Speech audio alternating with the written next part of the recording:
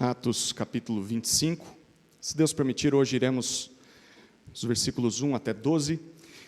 Mas a nível de introdução e contexto, eu gostaria de relembrá-los o que nós vimos na última passagem. Então, o finalzinho do capítulo 24, nós vamos ler o capítulo 25 à medida que o tempo for avançando. Capítulo 24, a partir do versículo 24. Atos 24, 24.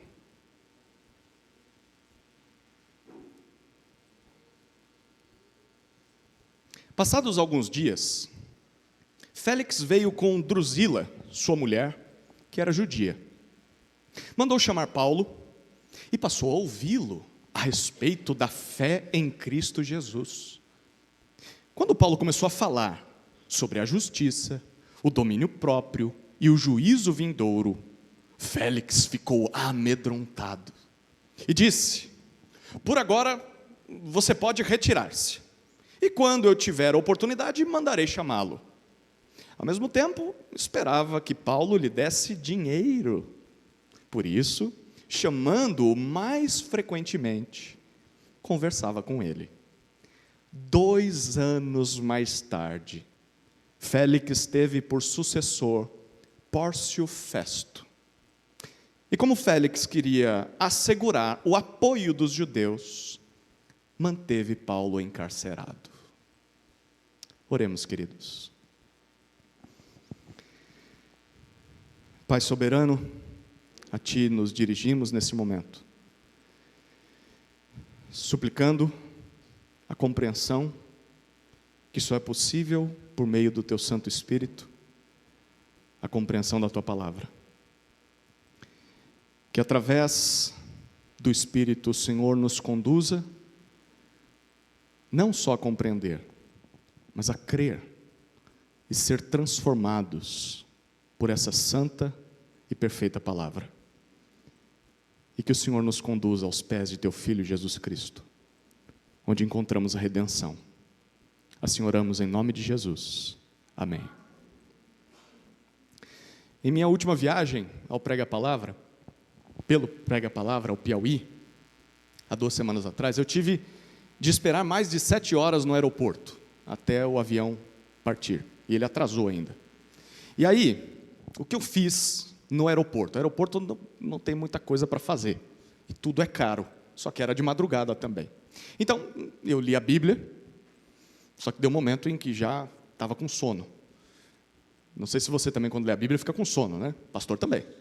Aí, bom, então eu li um livro sobre pastoreio, que estava lendo na viagem. Cansei também. Orei. Aí, depois de orar, eu ouvi música. Depois de ouvir música, eu tomei um café. Depois, comi um amendoim. Acordei de novo. Aí, eu assisti um episódio de uma série, mas aí até os meus dados móveis acabarem. O que eu ia fazer agora? Bom, eu dormi. Eu acordei, dormi de novo, acordei assustado, com a moça chamando os passageiros do voo, e então foi a hora de partir. Isso foi o que eu fiz enquanto eu esperava. E você? Você já teve uma experiência parecida assim, que você tinha que ficar esperando alguma coisa acontecer? E o tempo passou.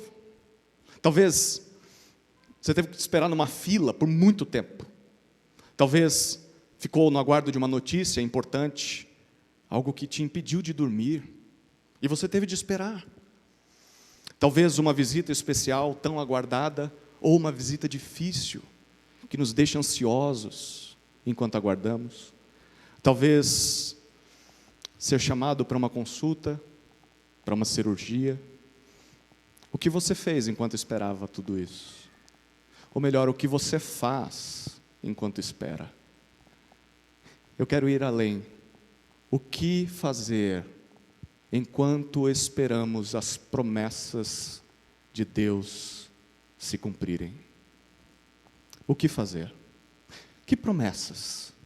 Bom, tudo aquilo que nós encontramos de garantia nas Escrituras, que Deus promete que acontecerá e garante.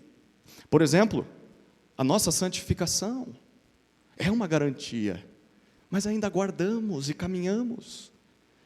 O evangelho chegar às nações é algo que Deus prometeu antes da segunda vinda de Cristo.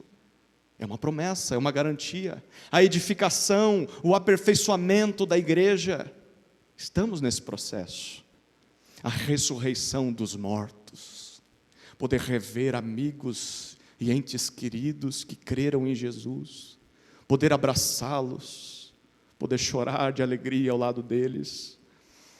O retorno de Cristo, o retorno glorioso de Cristo nos ares, o encontro da igreja com Jesus entre nuvens, a vitória definitiva contra Satanás, contra o pecado, a morte, a vida eterna ao lado de Deus, no novo céu, na nova terra, com um corpo glorificado. Todas essas são promessas, garantias que Deus nos dá, mas ainda não aconteceram. O que fazer enquanto esperamos tudo isso se cumprir, ainda continuando vivendo nesse mundo quebrado pelo pecado? Todas essas esperanças gloriosas que temos, mas a cada dia nesse mundo enfrentamos muitos pecados, dos outros e os nossos próprios pecados. Um mundo marcado por injustiça, por lamento, dor, muito sofrimento, doenças, catástrofes climáticas, morte, assassinato, ataques satânicos, opressão maligna, o avanço do mal. Como manter a fé viva, confiante nas promessas de Deus em meio ao mundo de trevas? E como fazer isso ao longo dos anos, durante a vida toda ainda nessa terra, sem esmorecer, sem desistir? São tantos os que ficam pelo caminho, são tantos os que começam bem na fé, mas fraquejam e não perseveram. É sobre isso que Atos capítulo 25 trata. Desde o capítulo 21, Paulo foi acusado e preso injustamente pelos judeus, foi salvo 3 vezes pelo comandante Cláudio Lísias, salvo da morte, foi encaminhado a Cesareia, foi interrogado e foi inocentado pelo governador Félix, mas ainda assim continuou preso por 2 longos anos. O motivo está no final do texto que lemos. Capítulo 24, versículos 26 e 27. Félix esperava receber algum suborno de Paulo. 2 anos testando Paulo e não recebeu. Mas em segundo lugar, Félix não queria desagradar os judeus. Por isso, o manteve preso, sabendo que ele era inocente, e quando deixou o cargo, o manteve encarcerado. O historiador judeu Flávio Joséfo disse que Félix foi retirado do cargo de governador por ter sido chamado por Roma às pressas. O motivo, ele tinha que se explicar. Uma repressão selvagem. Lembre-se que Félix era famoso por fazer trapalhadas no cargo. Uma repressão selvagem entre uma disputa por território de judeus e sírios, e ele seria punido por César, não fosse o seu irmão Palás intercedendo junto ao imperador Nero no ano 59 depois de Cristo. Quem assume o seu lugar quando ele sai? O texto diz para nós no versículo 27, Pórcio Festo. Literalmente em grego, Porcius Festus. Sabe o que significa? Porco festivo. Os palmeirenses gostaram, né? Não estão muito festivos nesse final de semana. Um porco festivo. Pouco se sabe sobre Pórcio Festo. A gente não sabe a sua origem, não sabe a sua ascensão, sobre a sua ascensão ao cargo. A história não registrou muita coisa. A gente só sabe que ele morreu 2 anos depois de assumir o cargo. E parece que isso é intencional para o autor desse texto. Lucas, que está narrando para nós essa história, parece que quer deixar uma pulguinha atrás de nossa orelha. E aí? Governador novo? Gestão nova? Será que Paulo será tratado de forma diferente? Pórcio Festo terá coragem de, enfim, fazer justiça e libertar Paulo? Ou será que repetirá os mesmos erros de seu antecessor? É o que nós vamos tentar descobrir no capítulo 25. Enquanto observamos a maneira com que Paulo esperou as promessas de Deus se cumprirem em sua vida. E foram pelo menos 3 promessas que muitos de nós aqui não gostariam de receber. A primeira promessa se deu lá no capítulo 9, em sua conversão e chamado ao ministério. Jesus prometeu a Paulo que ele iria testemunhar do Evangelho aos gentios, aos reis, também ao povo de Israel, mas que ele faria isso através de muito sofrimento.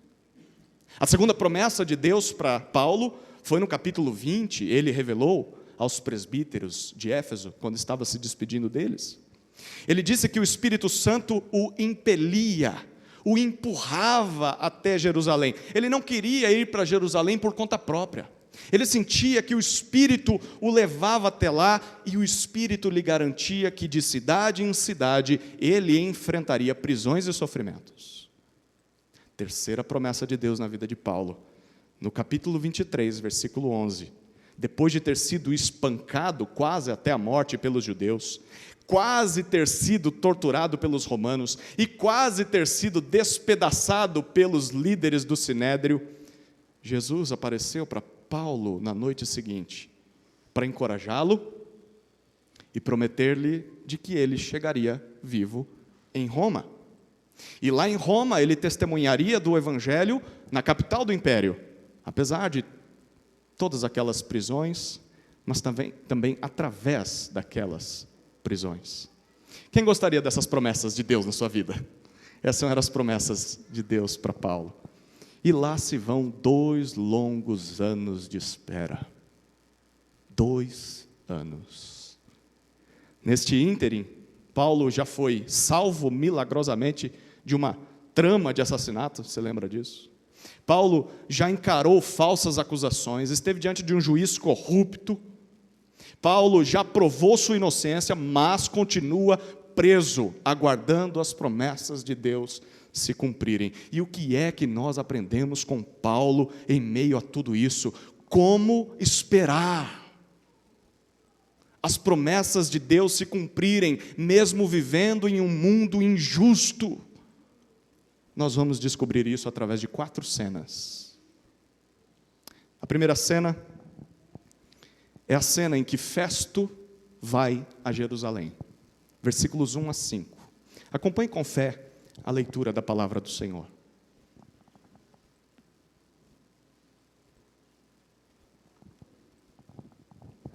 Três dias depois de ter assumido o governo da província, Festo saiu de Cesareia e foi para Jerusalém. E logo, os principais sacerdotes e os maiorais dos judeus lhe apresentaram queixa a respeito de Paulo. Contra ele, pediram a Festo o favor de mandar que ele fosse trazido a Jerusalém. É que eles tinham armado uma emboscada para matar Paulo no caminho. Festo, porém, respondeu que Paulo continuaria preso em Cesareia e que ele mesmo, muito em breve, partiria para lá. E concluiu: aqueles de vocês que estiverem habilitados, me acompanhem. E havendo contra este homem qualquer crime, acusem-no. O seu primeiro ato como governador da província, neste ato, Félix se dirige para Jerusalém. Por quê? Porque, apesar de que Cesareia era a capital administrativa da Judéia, o coração político era Jerusalém. E, como um bom político, Festo quer se apresentar à liderança dos judeus e, quem sabe, talvez, já ter o favor deles, logo no início do mandato. Vai facilitar as coisas para ele. E qual é a primeira coisa que acontece quando ele conhece aquela turma, que a gente já sabe que não é buena gente, né? O versículo 2 diz para nós que logo, ou imediatamente, os principais sacerdotes e líderes dos judeus pedem com insistência que aquele prisioneiro Paulo, que o seu antecessor enrolou para condenar, que ainda continua preso lá em Cesareia, que ele fosse trazido até Jerusalém. A pergunta é, por que eles queriam isso? É bem possível que eles tenham dito algo semelhante para Festo, algo semelhante àquilo que o advogado Tértulo, 2 anos atrás, disse para Félix.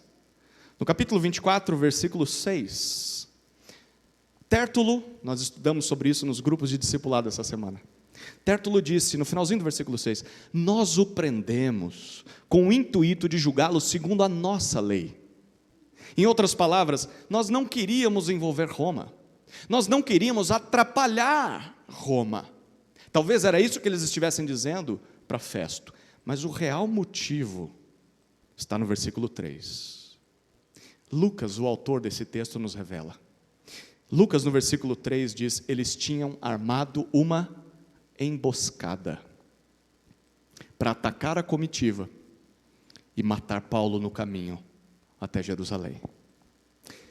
Pense um pouquinho mais sobre isso. 2 anos inteiros se passaram e estes homens não conseguem esquecer Paulo. Paulo alugou um triplex na cabeça deles. 2 longos anos. Eles continuam com a queixa, mesmo sem provas, e ao fazer isso estão quebrando o 9º mandamento, não dirás falso testemunho contra o seu próximo. E eles querem matar Paulo covardemente, dispostos a quebrar o 6º mandamento. Não matarás.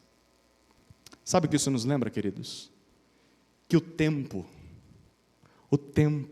não cura um coração pecador. O tempo não cura um coração amargurado. O tempo não cura um coração injusto. Deixar o tempo passar não muda uma pessoa. O tempo não muda ninguém. Se nós não fizermos nada para tratarmos o nosso coração, para tratarmos o problema que temos com as pessoas, enquanto os anos se passam, a situação não vai melhorar. Ela apenas irá piorar. Nós vamos nos afundar ainda mais nas trevas de nosso próprio coração. A ponto de, como esses judeus, ficarmos cegos para a verdade. Eles estão, em nome de Deus, dispostos a quebrar a lei de Deus, sem perceber. Queridos, não esperemos que o tempo cure as coisas. O tempo não é capaz de curar o nosso coração.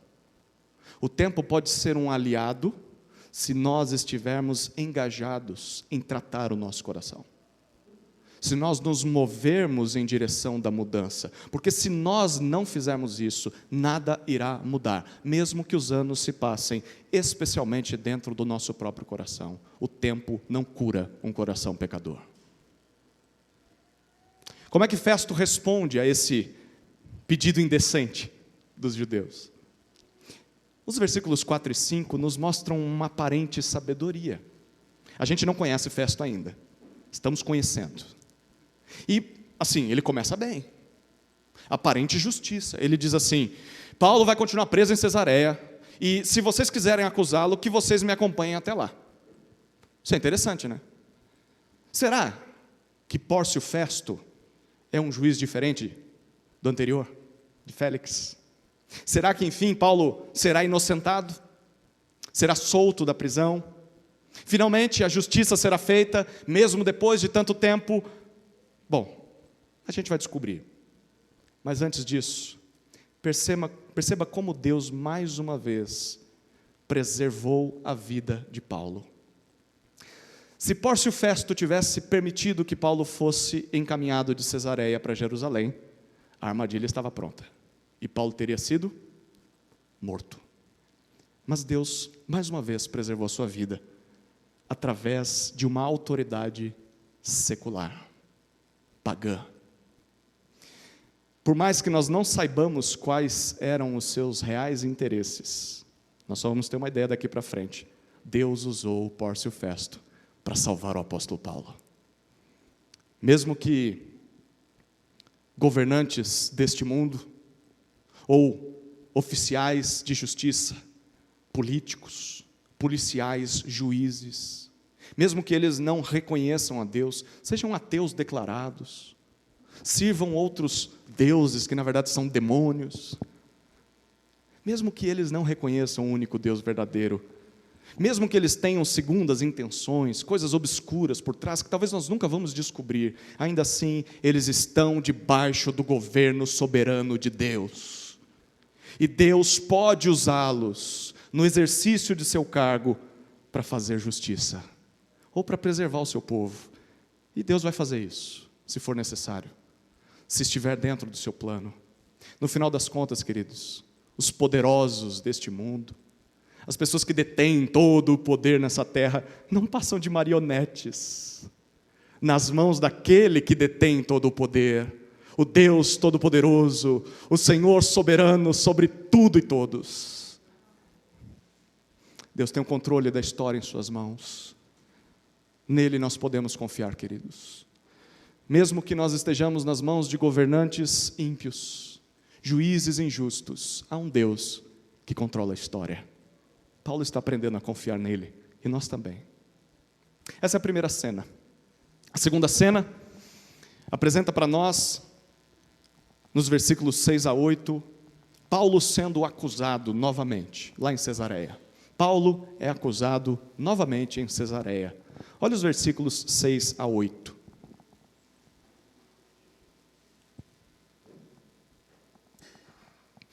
E não se demorando entre eles mais de 8 ou 10 dias, foi para Cesareia. No dia seguinte, assentando-se no tribunal, ordenou que Paulo fosse trazido. Quando Paulo chegou, os judeus que tinham vindo de Jerusalém ficaram em volta dele, fazendo muitas e graves acusações contra ele, as quais, entretanto, não podiam provar. Então, Paulo, defendendo-se, disse: nenhum pecado cometi contra a lei dos judeus, nem contra o templo, nem contra César. Enfim, no versículo 6 nós lemos, Festo fica em Jerusalém mais alguns dias, curioso, né? Lucas, ele não teve essa informação com precisão, ele não sabe se foram 8 ou 10 dias. Então, assim, ele assume, isso eu não tive acesso, mas as outras coisas eu tenho mais convicção e certeza. Mas eu sei que ele ficou mais alguns dias lá, então ele voltou para Cesareia. E olha que interessante, já no dia seguinte, esse homem está com pressa.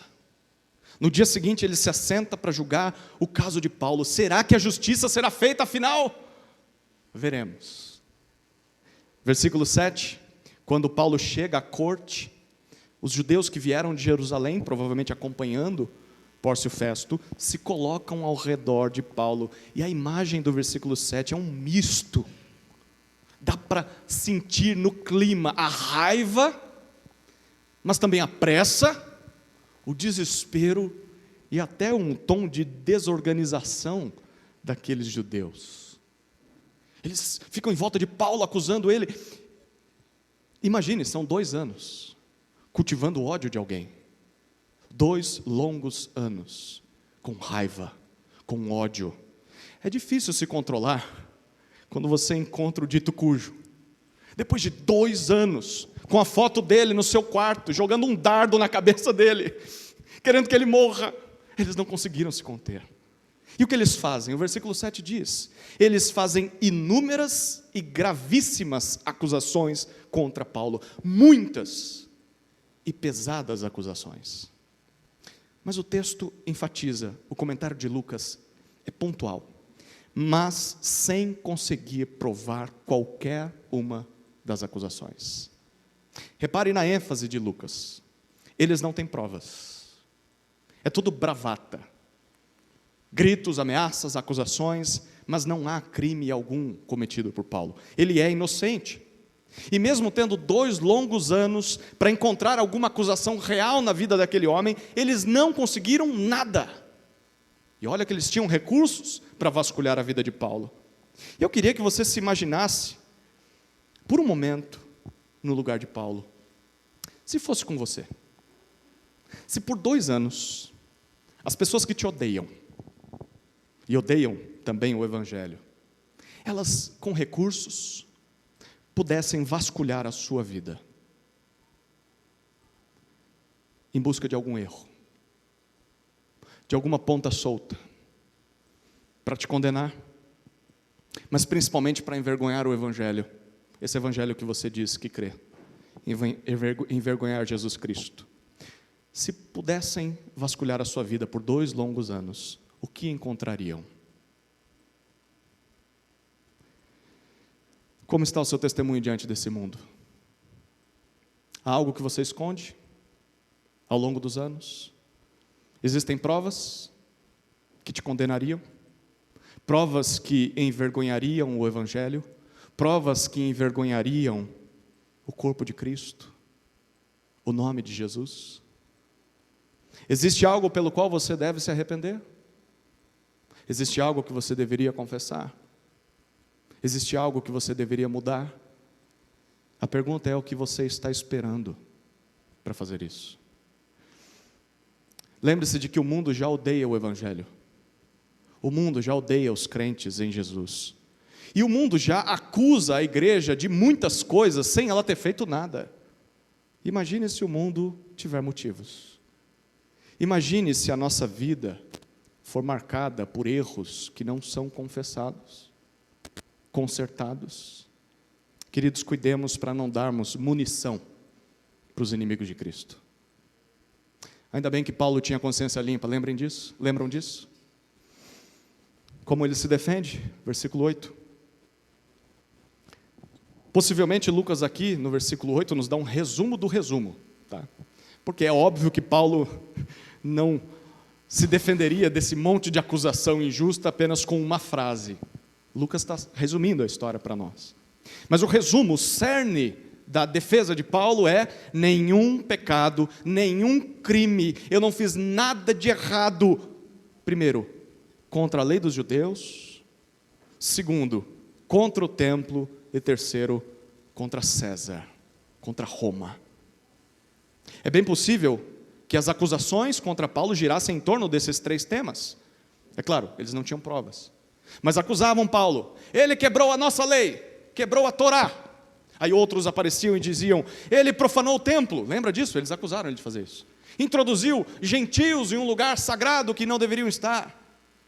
Aí aparecia um outro grupo e dizia: ele se colocou contra o imperador César, se colocou contra a lei romana. Mas novamente Lucas quer deixar bem claro na defesa de Paulo: não, Paulo não fez nenhuma dessas coisas. Ele amava Jesus, ele se submetia a Jesus, ele cria no Evangelho, ele pregava o Evangelho, e isso de maneira nenhuma constituía-se em a quebra da lei de Moisés. Pelo contrário, é o cumprimento da lei. Moisés e até os profetas apontavam para Jesus, e Paulo cria em Moisés, ouvia Moisés, algo que os judeus não faziam e não fazem até hoje. Em momento nenhum, crer em Jesus, anunciar o Evangelho, era se colocar contra o templo. Não, Paulo não profanou o templo, incluindo gentios naquele lugar sagrado. Pelo contrário, no Evangelho, Deus fez isso, purificando tanto gentios quanto judeus. E crer em Jesus significa fazer parte do novo templo de Deus, a igreja, a habitação do Espírito. Paulo não profanou o templo. Em momento nenhum, Paulo, ao crer no Evangelho, se revoltou contra Roma. Pelo contrário, algumas semanas antes, ou melhor, já alguns anos antes desse capítulo, Paulo escreveu sua carta aos romanos. Ele queria visitá-los, lembra disso? Mas ele vai chegar lá, não no tempo e do jeito que ele queria, mas chegará. E na carta aos romanos, Paulo escreve para os romanos que estavam na capital do império a se sujeitarem às autoridades constituídas por Deus. O imperador, os governadores. Paulo deixou muito claro, crer em Jesus não é uma revolta contra Roma, pelo contrário, Jesus nos incentiva a nos submetermos às autoridades humanas, como uma forma de obediência a Deus, como um testemunho do amor de Cristo. Eu não fiz nenhuma dessas coisas. Chegamos à terceira cena. Paulo apela para César. Versículos 9 até 11, olha o que diz o texto.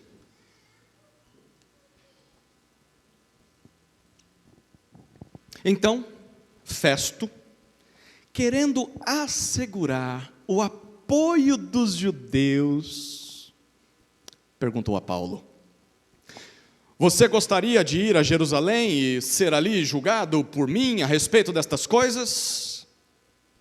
Paulo respondeu: estou diante do tribunal de César, onde convém que eu seja julgado. Não fiz mal nenhum aos judeus, como o Senhor sabe muito bem. Se de fato pratiquei algum mal ou crime digno de morte, estou pronto para morrer. Se pelo contrário, não são verdadeiras as coisas de que me acusam, ninguém pode me entregar a eles. Apelo para César. Nós já vimos essa cena antes, não vimos?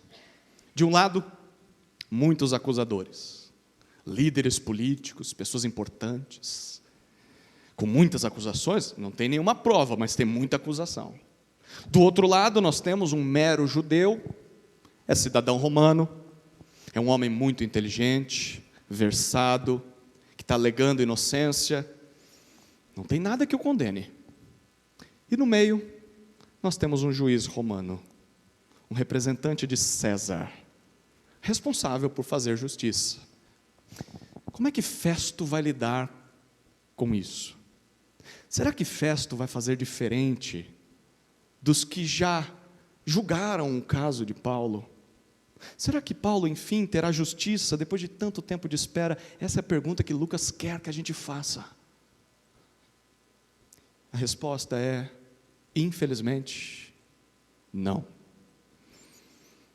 Queridos, e isso diz muito para nós sobre o que podemos esperar desse mundo injusto.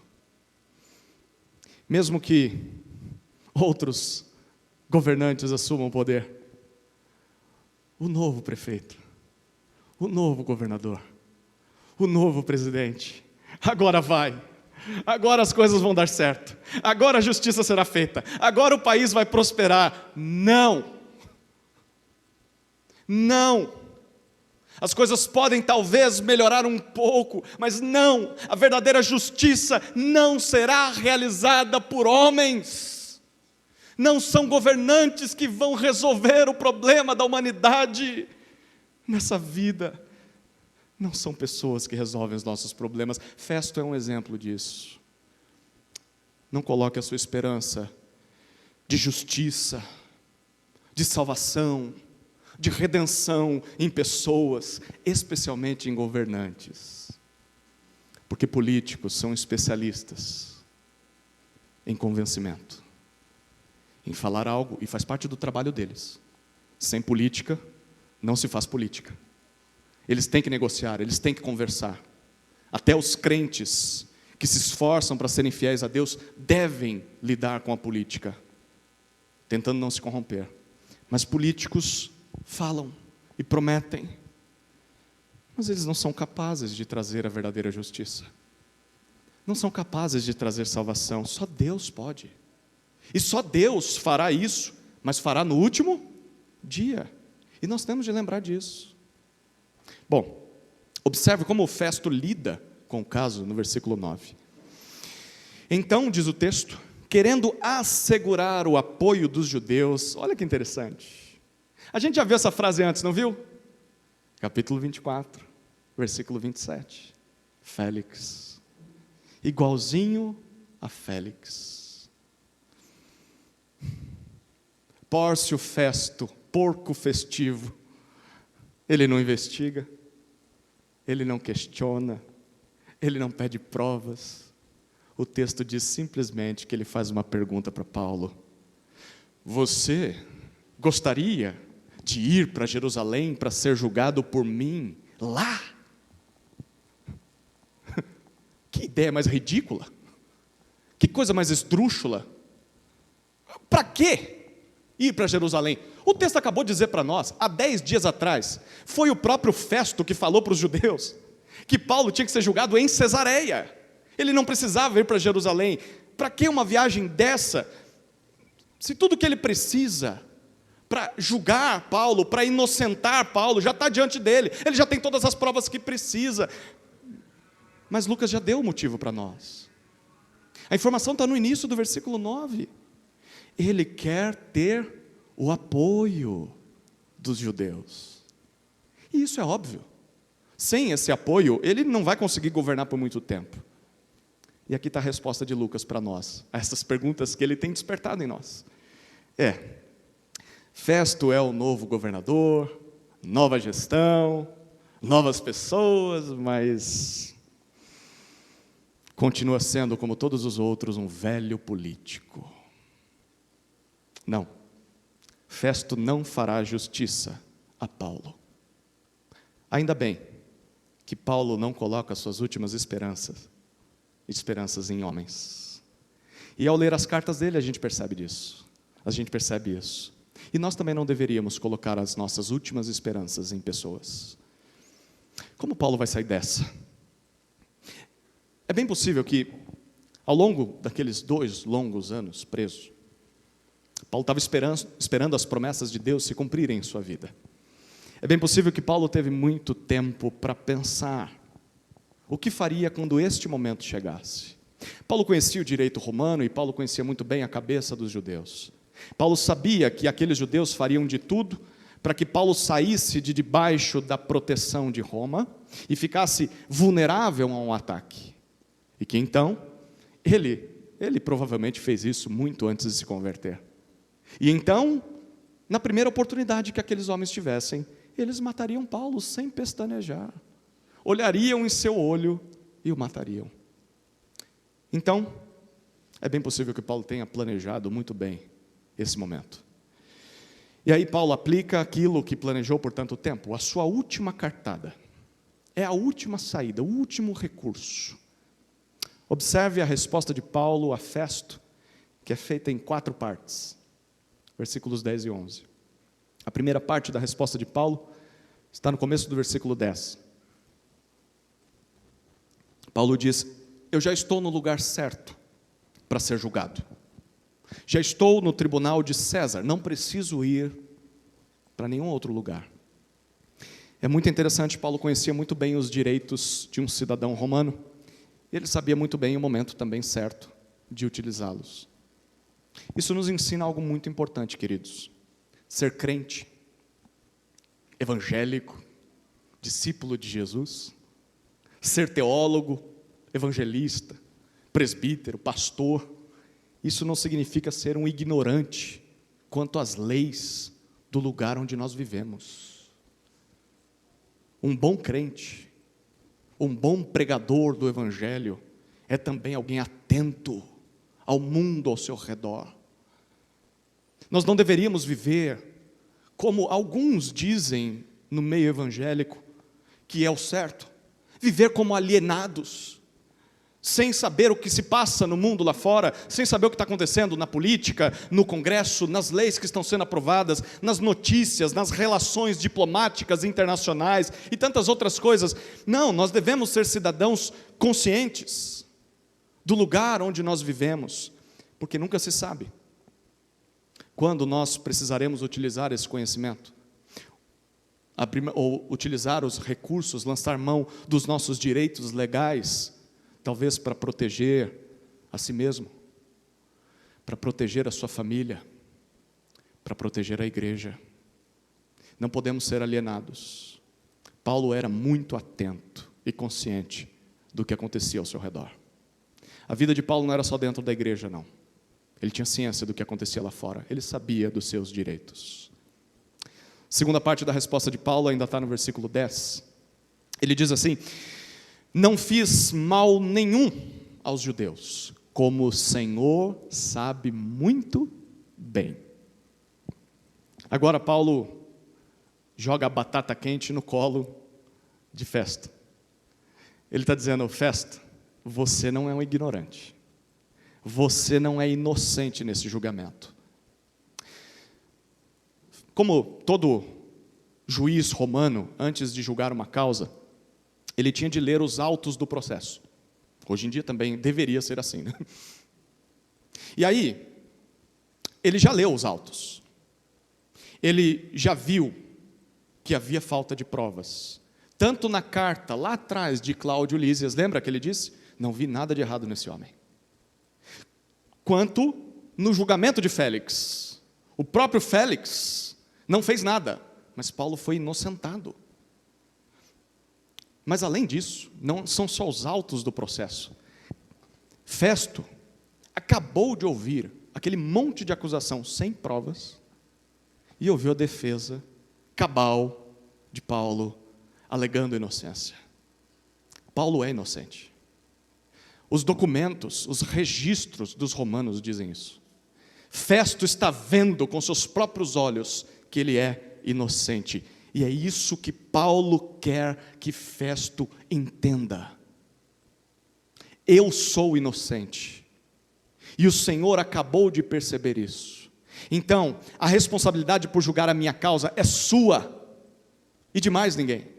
Eu estou diante do tribunal de César, o representante do imperador está aqui, qualquer decisão sua, porque o Senhor ocupa o cargo de autoridade, qualquer decisão que o Senhor tomar é responsabilidade sua, e o Senhor terá de assumir as consequências morais de suas decisões, as consequências éticas e legais do que o Senhor está para fazer. Nós estamos diante de um belo modelo de como tratar uma autoridade secular.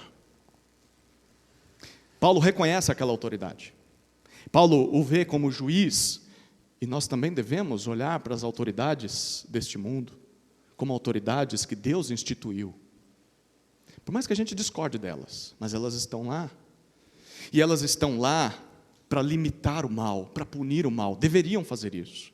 Deus os constituiu com essa posição de autoridade. E Paulo reconhece Festo assim.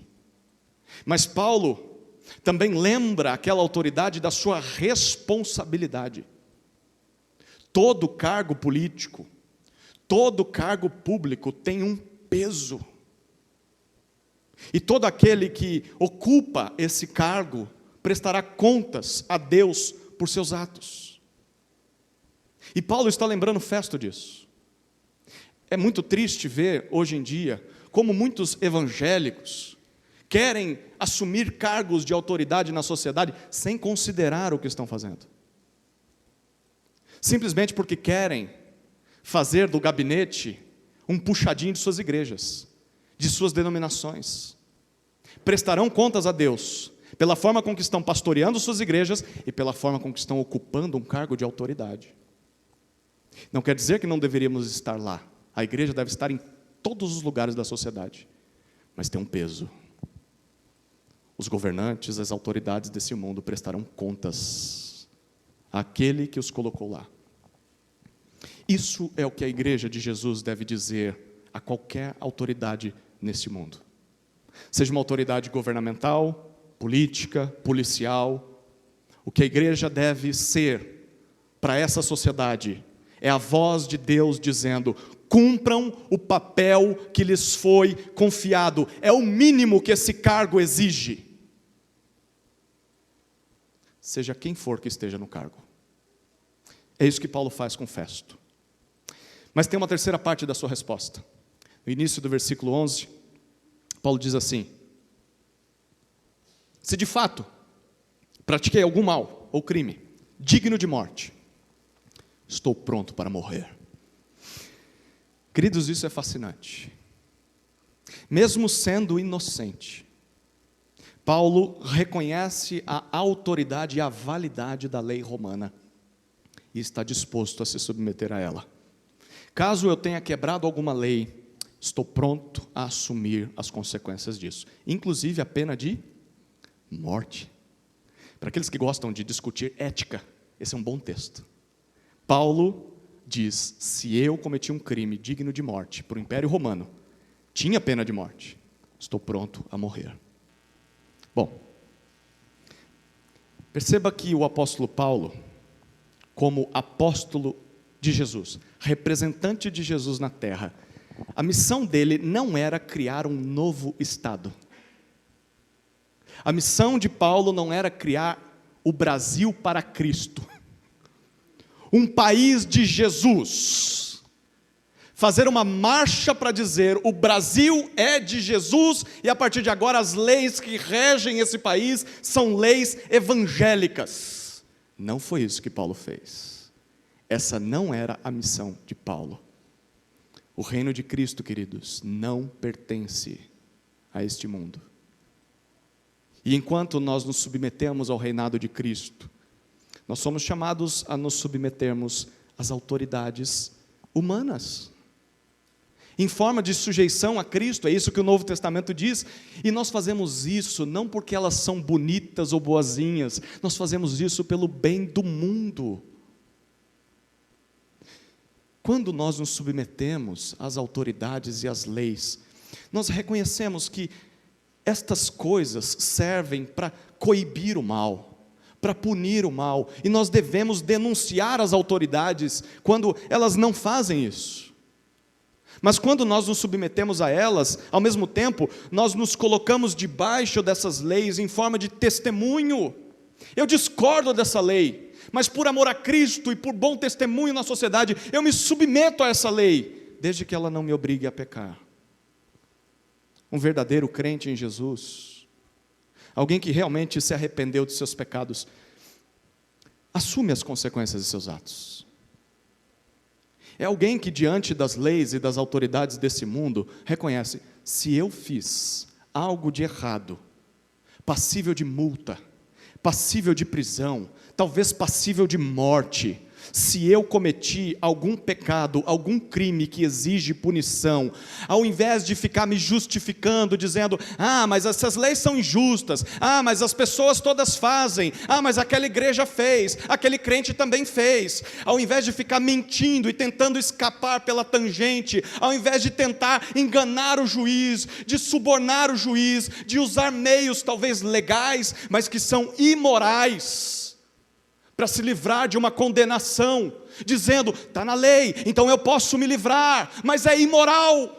Você está mentindo para uma autoridade, você está encobrindo provas, você está negando que você cometeu um crime quando você cometeu. O cristão, ao invés de fazer isso, ele deveria reconhecer o seu erro, ele deveria confessar o seu pecado, ele deveria se entregar às autoridades e aceitar a justa condenação por seu crime, encarar a justiça terrena, porque ele sabe que ele merece ser punido, porque ele conhece o Deus justo. Ele sabe que o Deus justo viu tudo que ele fez, e o Deus justo colocou uma autoridade sobre sua vida para punir exatamente aquilo que ele fez, e ele faz isso confiante de que este Deus, que é a pessoa que mais importa em todo este mundo, esse Deus se agrada de quem assume as consequências por seus atos. Se eu cometi algum crime digno de morte, estou pronto para morrer. Queridos, ninguém evidencia a este mundo a justiça do reino de Deus através da injustiça. Ninguém mostra para esse mundo a justiça do reino desobedecendo às leis humanas. Portanto, querido irmão, querida irmã, assuma suas responsabilidades pelos atos que você cometeu. Se você cometeu um crime, talvez só você saiba disso. Não fuja. Não negue, não se justifique, antes se submeta à justiça terrena como forma de submissão a Deus. Deixa eu contar 2 casos para vocês aqui, 2 exemplos. Primeiro, há um tempo atrás, bateu na minha porta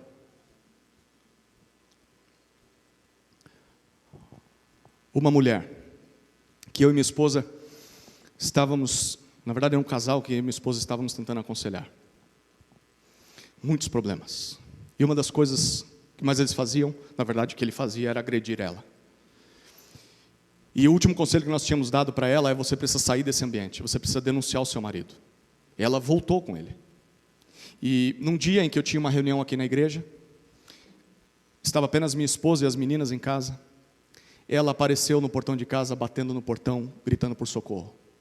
Ele estava vindo atrás dela, e na frente de minha esposa, ele agrediu ela, e tinha uns vizinhos e a turma ali fora, e eles não fizeram nada, e ele agrediu ela na frente da minha família, e eu não estava lá, e eles saíram. Quando eu chego em casa, eu descubro tudo o que aconteceu, Tamir está assustada. Eu percebo que o meu telefone estava cheio de ligações. Era o marido que tinha agredido e espancado a sua esposa. E ele estava me ligando para dizer que eu deveria estar lá para impedi-lo de bater na sua esposa. Eu devia ter cancelado o meu compromisso aqui na igreja. A culpa era minha. E ele mandou alguns áudios. A primeira coisa que eu fiz foi ligar para a esposa, não para ele. Ela estava protegida naquele momento, com a família. E aí eu liguei para ele e disse: onde você está? Não, eu estou no carro. Eu falei: a sua esposa chamou a polícia. Não, então, pastor, eu não vou voltar para casa. Por que você não vai voltar para casa? Não, porque a polícia vai me pegar no flagrante. Eu liguei para o meu amigo, não lembro se é padrasto ou pai dele, e ele é pastor. E ele conhece o sistema legal, judicial, e ele disse para mim: foge do flagrante. Eles não podem te pegar. Então passe a madrugada fora de casa, a polícia vai lá, vai perguntar e questionar a sua esposa, e só volte para casa no dia seguinte. Eu falei: você está errado, e quem te aconselhou está errado. Se você é homem o suficiente para encarar as consequências dos seus atos, você volta para a tua casa, e você vai estar ali na calçada, esperando a polícia chegar. E você vai se entregar para a polícia. O que vocês acham que ele fez? Ele ficou foragido. Voltou depois. Infelizmente, eles não foram tratados. Ela não prestou queixa. E ela voltou a morar com ele.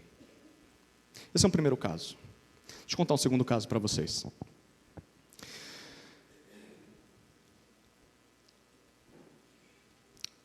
Houve um homem que cometeu um assassinato antes de sua conversão. Ele era envolvido com crime e matou alguém. Mas ele encobriu isso, escondeu isso.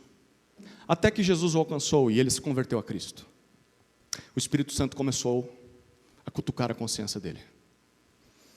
Ele tinha sido batizado, já era membro de uma igreja bíblica, saudável.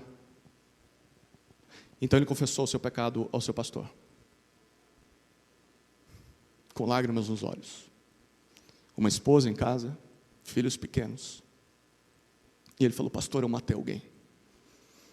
E eu tenho encobrido isso da justiça. Mas a minha consciência está me acusando. Esse pastor aconselhou ele: pois entregue-se à polícia.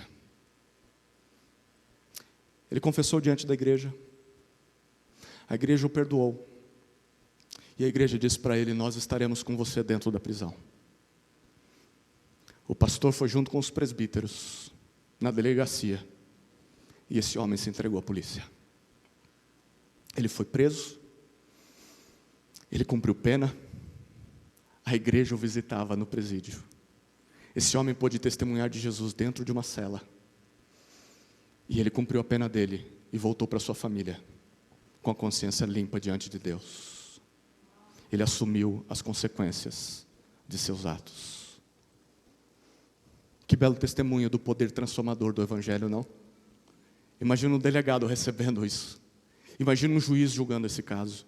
Imagine um prisioneiro, um criminoso vendo o testemunho de um homem desse. Imagine a sociedade vendo uma igreja cuidando de uma esposa e de crianças. De um prisioneiro. Mas alguém que se arrependeu genuinamente. Quanta diferença, né? Do primeiro para o segundo caso. Paulo está dizendo: eu estou disposto a assumir as responsabilidades por meus atos. E você? Você está disposto? Mas não tem mais. Não tem mais. Se o Espírito está te confrontando, renda-se. Estou aqui. Assumirei o preço dos meus atos. Paulo estava disposto. Mas aí chegamos à quarta parte da sua resposta. Final do versículo 11. Paulo diz assim: bom, estou pronto a pagar o preço. Mas, olha o final do versículo 11. Se, pelo contrário, as acusações não são verdadeiras, e elas não são, ninguém pode me entregar aos judeus, porque eu sei que serei morto por eles. Então, apelo para César. Ao fazer isso, Paulo se utiliza de um antigo direito de cidadão romano, que era o provocatio.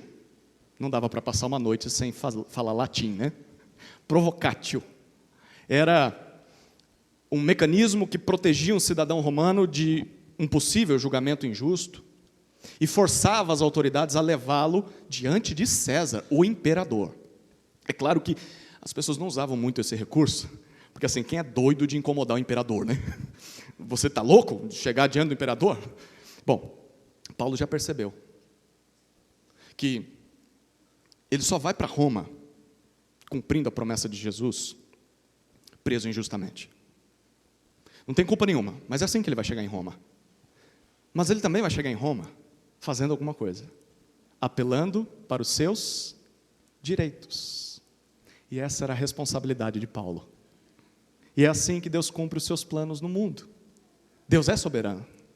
E Deus faz as coisas acontecerem exatamente do jeito que Ele quer. Mas Deus também faz isso utilizando os nossos próprios atos para cumprir esses planos.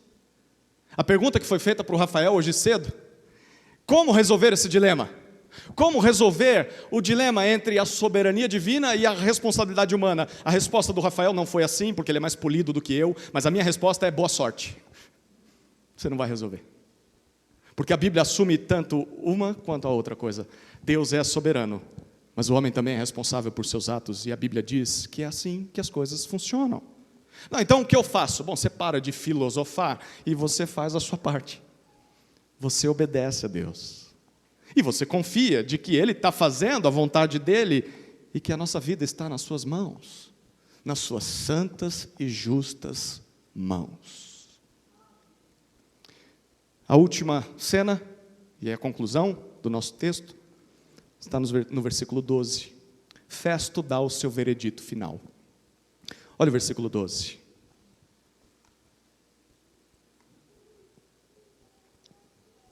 Então, Festo, tendo falado com o conselho, respondeu: já que apelou para César você irá. Como é que Festo reage ao apelo de Paulo? Antes de se aprofundar no versículo 12, perceba, Festo está numa encruzilhada. Porque por um lado ele não pode condenar Paulo. Paulo já se provou inocente, não tem nenhum crime contra Roma. Mas por outro lado ele não pode soltar Paulo. Porque se ele soltar Paulo, ele vai criar uma inimizade com os judeus e o governo dele vai ser terrível.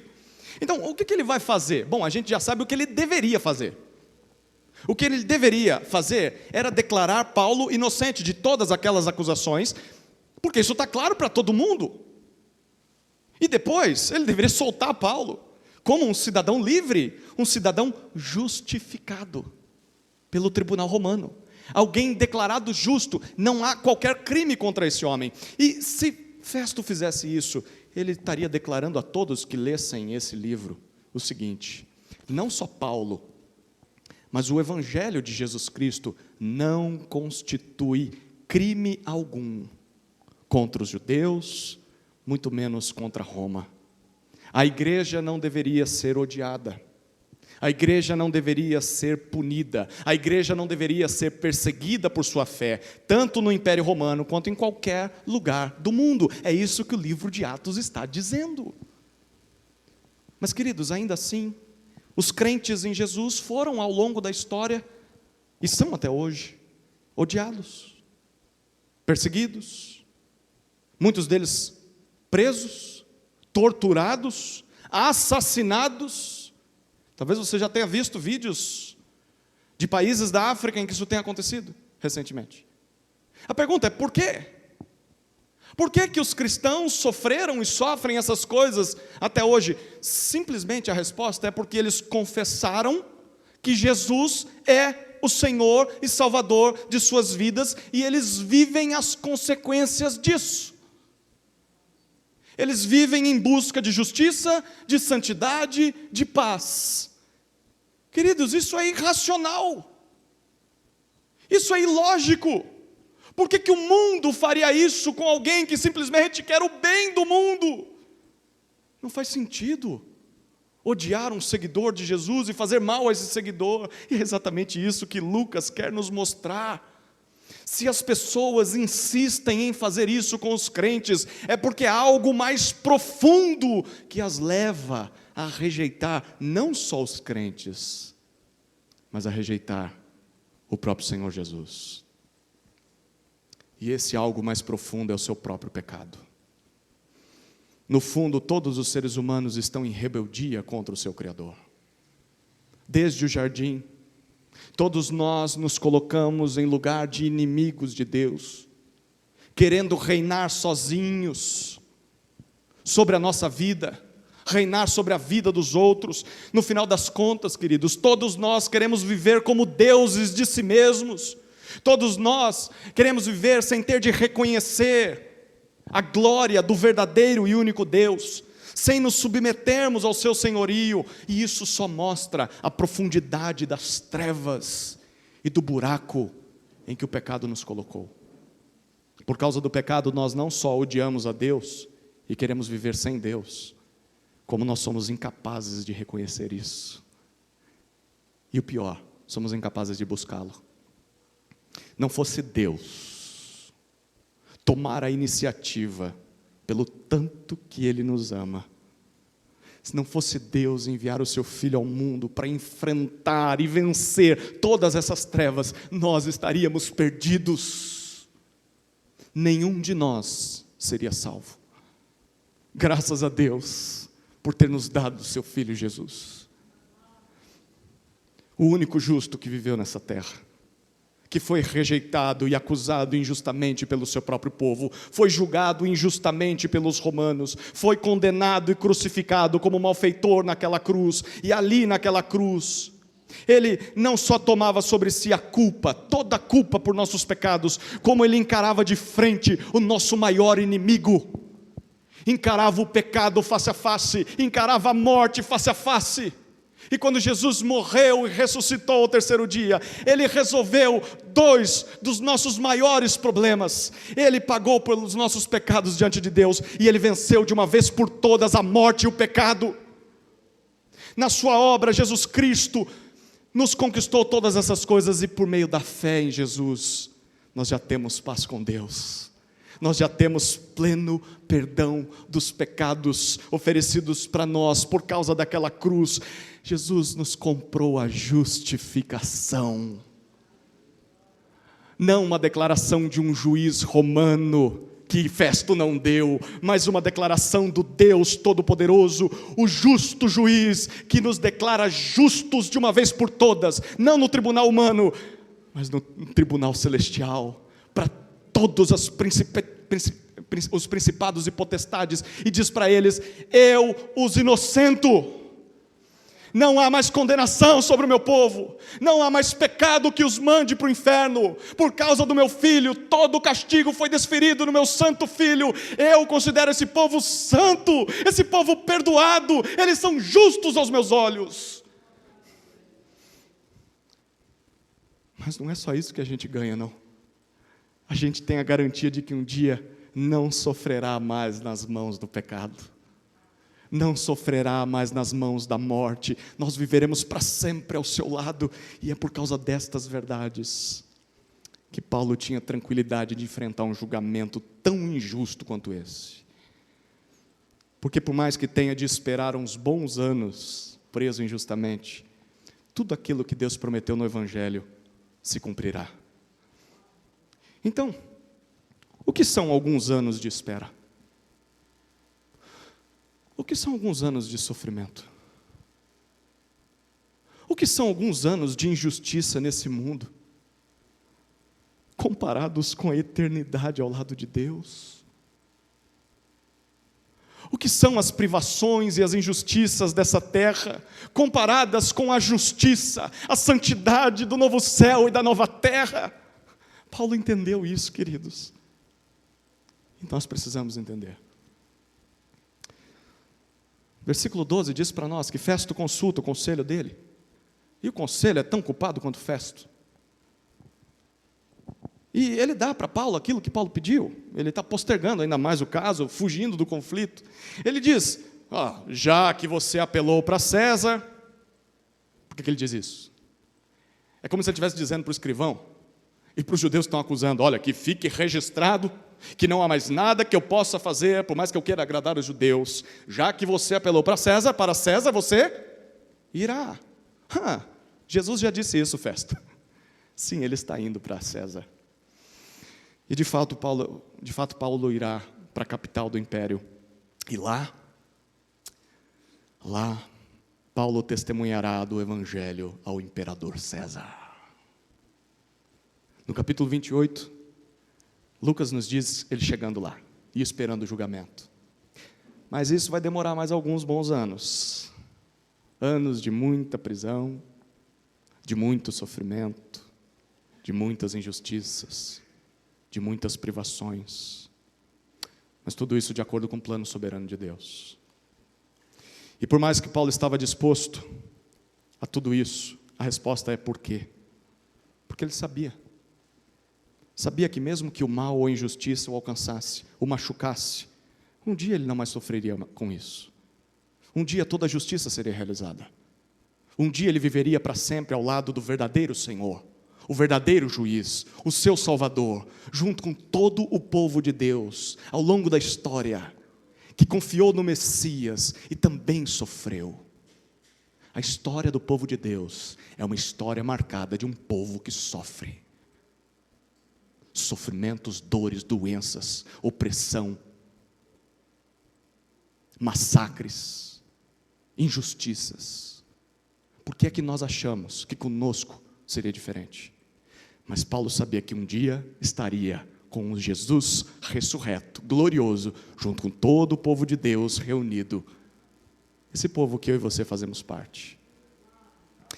Mas até esse dia, Paulo manteve seu testemunho irrepreensível. Foi assim que ele aguardava esse dia. Alegou inocência, mesmo diante de um tribunal injusto, sou inocente. Enquanto esperava, Paulo conhecia os seus direitos, recorreu aos seus direitos terrenos. Enquanto esperava, Paulo lembrou a autoridade da sua responsabilidade. Enquanto esperava, Paulo assumiu as possíveis consequências de seus crimes, mesmo não tendo cometido crime algum. E Paulo se utilizou de todas as estratégias possíveis para continuar vivo. Mesmo que ele quisesse ver Jesus, ele já falou isso aos filipenses, ele diz, eu prefiro estar vivo, porque eu posso ser uma bênção para a igreja. E Paulo vai usar tudo que ele tiver nas mãos para continuar vivo. Bom, você tem a mesma esperança de Paulo? Sim ou não? Você também foi alcançado por Jesus? Você aguarda as promessas de Deus se cumprirem na história? Então, o que você faz enquanto espera? Que tal manter o seu testemunho irrepreensível? Que tal, mesmo diante de um mundo injusto, continuar sendo fiel como forma de evidenciar a justiça do Evangelho aos descrentes ao seu redor? Que tal conhecer e recorrer aos seus direitos como cidadão nesse mundo, sem fugir, sem se isolar dos sofrimentos, das lutas desse mundo? Que tal lembrar as autoridades sobre a responsabilidade delas perante Deus e os homens? Que tal, enquanto espera, não assumir as consequências de seus erros? Não assumir as consequências de seus crimes como evidência de arrependimento, de fé no Evangelho? E que tal não utilizar todos os recursos legítimos, possíveis, para continuar vivo? E servindo a Deus, servindo o Evangelho, até que o justo juiz, o Rei dos Reis, volte e diga, muito bom, servo fiel.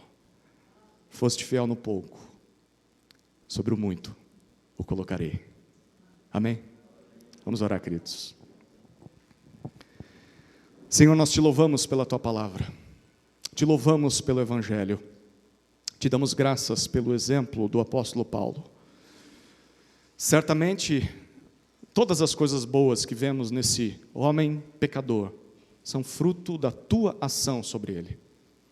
Mas, ao mesmo tempo, Paulo é um exemplo para nós de que, se nos submetermos à tua palavra e ao teu Espírito, o Senhor também pode reproduzir isso em nós. Paulo não é o maior exemplo para nós. Paulo não é o nosso Salvador, Jesus Cristo é. E Paulo sempre apontava para o Salvador. Jesus, transforma a nossa vida. Nos dá um coração que sabe esperar. mas que espera em fidelidade à tua palavra, que não se corrompe, mesmo diante de tanta injustiça nesse mundo. Que a tua igreja, essa igreja militante neste mundo, persevere em fidelidade ao Evangelho, até o dia do encontro com o Senhor nos ares, e que possamos ouvir da tua boca, de que fomos fiéis. É o nosso desejo, é a nossa oração em nome de Jesus. Amém. Amém.